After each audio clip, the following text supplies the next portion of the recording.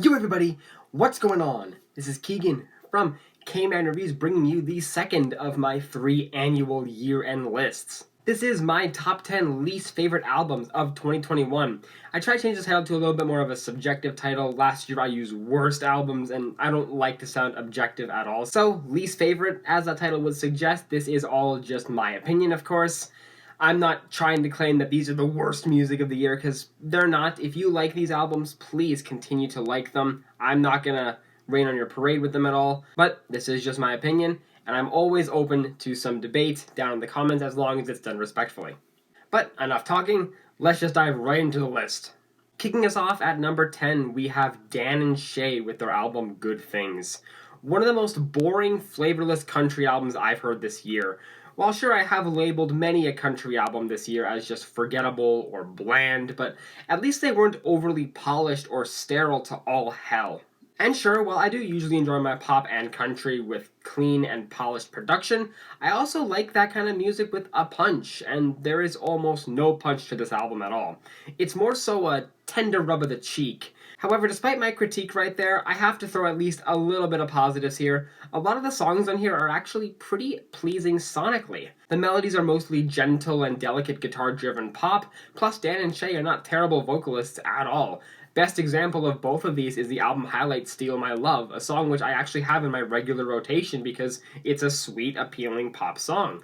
But where the album falters is it doesn't really go anywhere else. It stays in this light, glossy, almost summery lane, plus like 70% of the album rips the same chorus melody from their big hit 10,000 Hours, which doesn't help with the boring wash, rinse, repeat cycle either. Even tracks that do switch up the formula, like the ballad Give In To You, while the sweeping strings and lush piano are nice, it has one of the most clunky chorus melodies led by vocals that feel too powerful even for this instrumental. I just don't really have too much else to add here aside from I think it's just boring. While the cover may show a warm, tropical paradise, some of it delivers, but most of it is like the desert behind them, barren and colorless. At number 9, I had to give it to DJ Khaled with Khaled Khalid.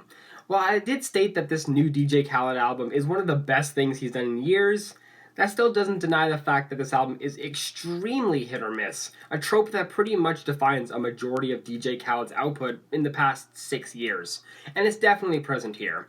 As I just mentioned, there are definitely hits on this record. Every Chance I Get with Lil Baby and Lil Durk, a strong album highlight with its dark beat and a very solid and unexpected Baby performance. Plus, Where You Come From with reggae legends Buju Banton, Capleton, and Bounty Hunter is a very satisfying closer. But still, a decent chunk of this record is just baffling. Especially Big Paper with Cardi B or Just Be with Justin Timberlake.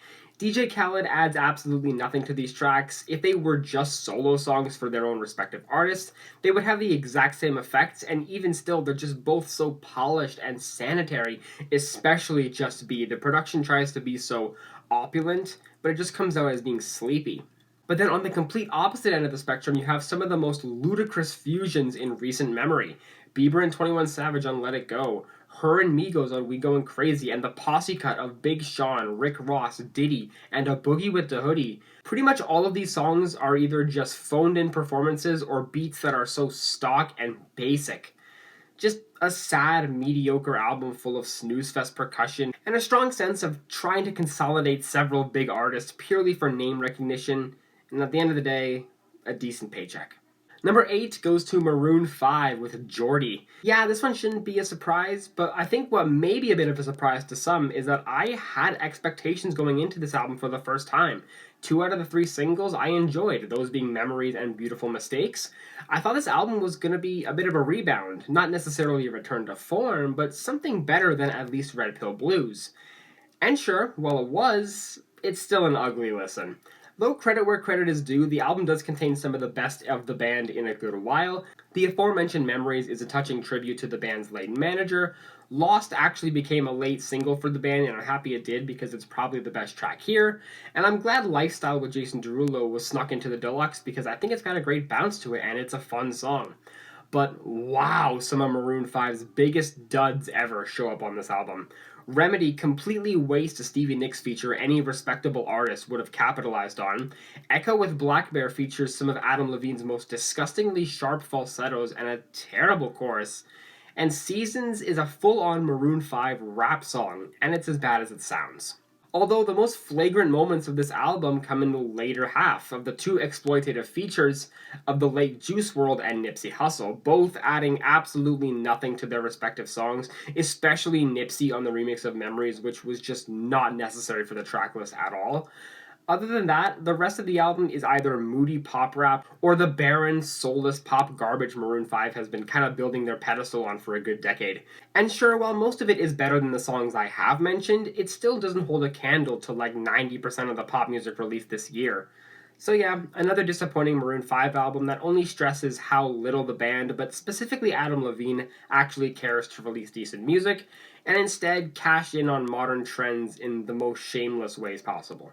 Number 7 goes to Coldplay with Music of the Spheres, and kind of shows Coldplay going in the same path that Maroon 5 has been following, of soulless pop mainstream material. Admittedly though, the highs on this one are a lot higher than on Geordie. Higher Power has a decent retro-infused swing to it, My Universe is a very enjoyable collab, letting BTS really shine over the punchy pop beat, and the closer, Coloratura, is a 10-minute Pink Floyd-influenced progressive closing number that shows the band has amazing talent in melody and gripping instrumentation. But the lows on this album are just completely baffling, and some of the worst shit Coldplay's ever put out. For one, and I have to voice this, the interludes add absolutely nothing. Some of them don't even serve as transition pieces into other tracks, but they're so prevalent across the record. 5 out of the 12 tracks on this album are interludes, and they honestly bog the listening experience down by so much. The collab with Selena Gomez, Let Somebody Go, is so half-baked and dull, vocals are drab. People of the Pride is a jarring, distorted alt-rock song that doesn't mesh with the rest of the album at all. It could have been a decent inclusion on a better record, but coming directly after the ethereal Jacob Collier collab interlude, the one I actually enjoyed, it just feels so out of place. And Beautiful is completely tarnished by horribly pitched vocals that sound like Alvin and the Chipmunks, but even more prepubescent. Just such a bizarre flop of an album. They were doing decent up until this point with Everyday Life, but yeah, this is just one of the worst things they've done in probably about a decade. I'll keep some of the livelier, fun tracks and probably never touch the rest of this record ever again. Number 6 goes to Down with Webster with their album V. Speaking of records I only kept the livelier tracks on, I wanted to like this. I enjoyed Down with Webster. I love their big hit singles, and I think they had a bouncy, charismatic style that, sure, while it was cheesy, it was all in good fun at the end of the day. But V here, oh my god. This was a vampiric listen, in that it sucked the life out of me with the boring, sleep-inducing, dime-a-dozen pop instrumentals, radio-friendly hooks, and a severe lack of identity across the album. It's so generic, cliche pop tropes scattered across this album, samey song structures, and to an extent, putting this on here almost feels like cheating. For those who don't know, this album was recorded way back in 2015 and was stuffed in the vault, as the band say. It didn't quite feel right to release it at the time, and now, all of a sudden, it's here. I kind of wish it stayed in the vault, though, because I just have so little to say about this album in general. But, I don't know, Livewire has a decent pop rock stomp to it. Rockets was probably the closest we got to their old sound, but is then smothered by a terrible drop with pitched gibberish. The single Love Is Not Enough was alright. Like, I'm really grasping at straws here, but this album is just such a huge disappointment. Maybe if this reunion is official, hopefully we can get some new, re-energized and familiar Down with Webster music in the future. But if not, and V is just meant to be a parting gift to fans, then all I can say is it's kind of a shame it had to end this way. Number 5 goes to Tones and I with her debut album Welcome to the Madhouse. I'm sure this one might be a bit surprising to you, as that it's not higher up, but to this album's credit, I've definitely listened to worse this year. That doesn't excuse it from being mostly awful, but I have still heard worse. I'll get to the positives here. The lyrics are pretty open and vulnerable, tackling her struggles with mental health, which I can always give props to an artist for voicing those out.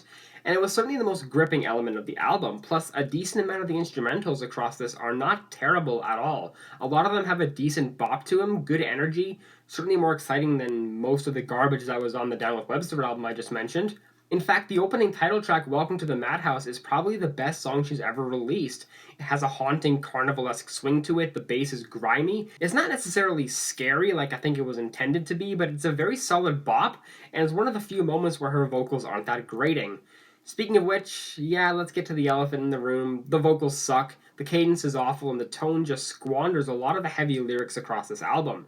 They're really the Achilles heel of this record, and as a result, it's just so difficult to immerse yourself in these songs when the vocals are so off-putting. Plus, some of the other instrumentals across this are outright forgettable and bad. Look at Just a Mess, Fall Apart, and Dark Waters for the clearest examples of that. And I'm sorry, but the closer bars meant to be a tribute to Tones and I's late friend, who was a rapper. I get the sentiment of making it a rap track, but it's just a slap in the face to an already infuriating, but mostly boring album. Yet despite all of that, Tones and I still has potential in my eyes. She's a new-ish artist. This is only a debut album after all. There is room to grow, so I'm not gonna rain on the parade and say she has no hope to make better music at all, because we can't justify that. But Welcome to the Madhouse is a rough start, to say the least. Number 4 goes to YBNNE with Visionland. Y'all remember when Namir was considered just an average rapper? Not necessarily good, but also not bad? Yeah, those were the days. And then Visionland dropped. Man, this was just another huge disappointment this year because the promise was there. I don't hate his breakthrough single, Rubbing Off the Paint, but I'll be damned if I tried to remember more than like 2 songs from this 20-track album. The main one I remember is the one everyone seems to hate, which is Soul Train, which has a really solid beat, but is completely stained by Namir's auto-tune rambling over the song. As it comes with most of these factory-produced rap albums, the production is competent. That's usually the biggest positive I can take away from these. And it's no different here. I especially like the beat on Opstoppa with its sludgy bass and repetitive piano melody that really benefits 21 Savage, who also gives the best feature on this album, bar none. Speaking of the features, they're pretty uninspired and not memorable at all, aside from 21 and E40 on Cashland, but it's very clear that Namir has just tried to bookend this album strong, since the start and finish of this are very feature-heavy, but if you look in the middle, and it is a wasteland, a seemingly endless desert of mediocrity, which is also how I would describe the music. Empty, vapid, formulaic, and the best thing I can say about them is that the majority of these songs are pretty short and go by quickly. I personally think Namir just needs to take a step back, recuperate, and find his own sound and genre he can shine in, because he certainly has the charisma, and it's buried in here somewhere, fossilized and dispersed in fragments across the tracklist. I have faith he can still put out something good. Visionland was not that. Number 3 goes to AJR with OK Orchestra. As I stated in my review recall when this came out, this is certainly the best thing they've done. But man, this band cannot manage to reel me in at all, as much as I'm honestly trying to find the appeal.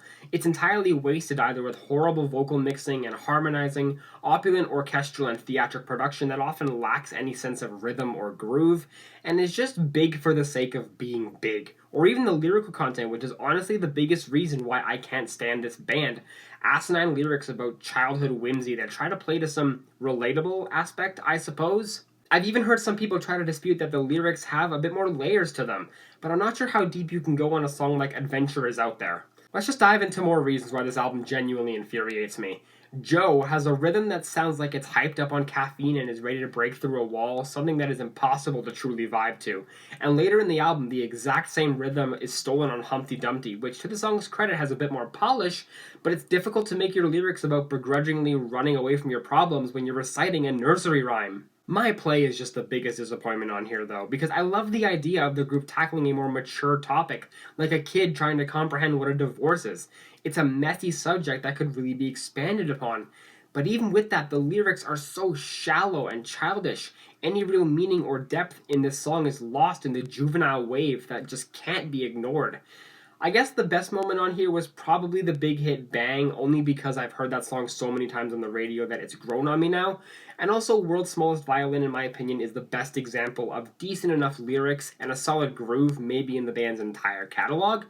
But these moments just do not stand up to the sheer frustration and confusion this album delivers. AJR is 4 albums in now and have barely moved an inch.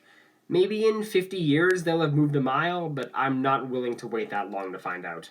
Number 2, and this one is a little bit cheating because it's technically considered a mixtape, but I'm putting it on here just because of the experience. It's Pooh Shiesty with Shiesty Season. Oh my god, this tape. This one's probably going to be the most controversial take on this list, but I could just not stand listening to this thing for a second time. It was a combination of rage, boredom, and befuddlement, but more so the latter because I feel like I should enjoy this. Pooh Shiesty has the same cadence and energy that Gucci Mane usually exudes. I've regularly praised Gucci Mane here and there. Shouldn't this be right up my alley? I mean, hell, the two of them even have a song together. Well, that's kind of where the comparisons end, because Gucci Mane doesn't grate on my ears like Pooh Shiesty does. On that same song they collab on called Ugly, the differences really show, most notably in that Pooh Shiesty has a lazy slur to his delivery like Kodak Black, while Gucci's voice is much deeper, it commands more attention, and his ad-libs are tasteful. Speaking of that, his stupid fucking brr ad-libs are so frequent and just so irritating. It's like West Side Gun's ad-libs, but without any charisma. I'm sorry, but I just have to rant here for a little bit, but can we just stop with rappers littering their signature ad-libs across an entire project? Or at least just give me something that isn't hiding in the background of the song. At least Designer made his iconic ad-lib like machine guns. It was fiery and fierce. Pooh Shiesty's just sound like he's a cat purring. But it's also so amazing how little variety comes in this 17-track tape. Not many flows at all, no changes in intensity in terms of his vocals. It's like a flat line across the entire tracklist, with the only spikes being the production, which is solid, unsurprisingly. The features just steal the show here, and the big name features, not the small ones like on Big 13 Gang that I honestly couldn't even tell had more than 2 people on it. But Lil Durk, 21 Savage, and the aforementioned Gucci Mane kill their features. And along with the beats, those are the most memorable aspect of this record. But this just simultaneously made me pissed off that it was so bad and tired because it was so generic. If you've heard one song, you've heard the entire thing. Don't waste your time with this. Now, I'm not sure how many of you keep up with my review recall series, but if you've been watching regularly for quite a few months now, you may have seen this one coming. At number 1, we have Van Morrison with Latest Record Project Volume 1. Now look, I'm not just trying to put this album here at number 1 for the low-hanging fruit that is Van's political stance, or trying to belittle anyone who may feel similar to Van at all. Frankly, I don't really have the energy to care about that after sitting through all of these albums again. But even still, this was a disaster on all fronts. As someone who's dipped their toes in the world of Van Morrison's music over the past few years, I've enjoyed a lot of his stuff, but I did not enjoy this. In summary, my biggest flaw with this album at the end of the day is that it's so long. It's really difficult nowadays to make a long album a worthwhile album. There's been very few cases in the past few years, and Van does not pull through on that at all. 28 tracks, 2 hours of material. It's an arduous trek to sit through this entire album. And I did it twice. And I'm not sure whether or not to be proud of my own stubbornness to do so, or be ashamed in my stupidity to think that this could have been alright. Because it's not. The instrumentals, while they are definitely competent, lack a sense of life, especially in the grand scheme of the album. Sure, one track may have a decent vibe, or even an upbeat bluesy swing typical of Van Morrison, but in this entire album, not a single instrumental stands out to me. The only thing that really stands out to me is that Van still has a decent enough singing voice. But a lot of that still doesn't excuse what he's singing about, because there is a heavy amount of topical garbage. Case in point, Western Man, where he writes a song about xenophobia. Immigrants and minorities are taking over the Western man's land, and now he's upset that it can't just go back to how it was. Stop Bitching, Do Something not only has one of the most infuriating hooks in a while, but is also completely hypocritical since Van goes through most of this album bitching, whether that be about how the spirit of rock and roll and the rebellious youth are dead on Where Have All the Rebels Gone, mistrusting medical professionals on Psychoanalyst Ball, criticizing social media on Why Are You on Facebook, which has one of the most laughably annoying hooks I've heard on all my life, and only a song where he tries to hide the aforementioned topics with, "Oh, it's just a song, it's not that serious," which I find a little hard to believe personally. I could go on, but I'd be here all day talking about this album, so to sum it up, short and sweet, this was my least favorite album of the year. But alrighty folks, that is going to do it for my least favorite albums of the year. Did you agree? Did you disagree? Please tell me why or why not down in the comments below. Also, links to all my social media and my Discord server will also be there as well. Make sure you guys stay tuned because the best is yet to come, quite literally with my favorite albums of the year list. But until then, I will see you in the next one. Peace.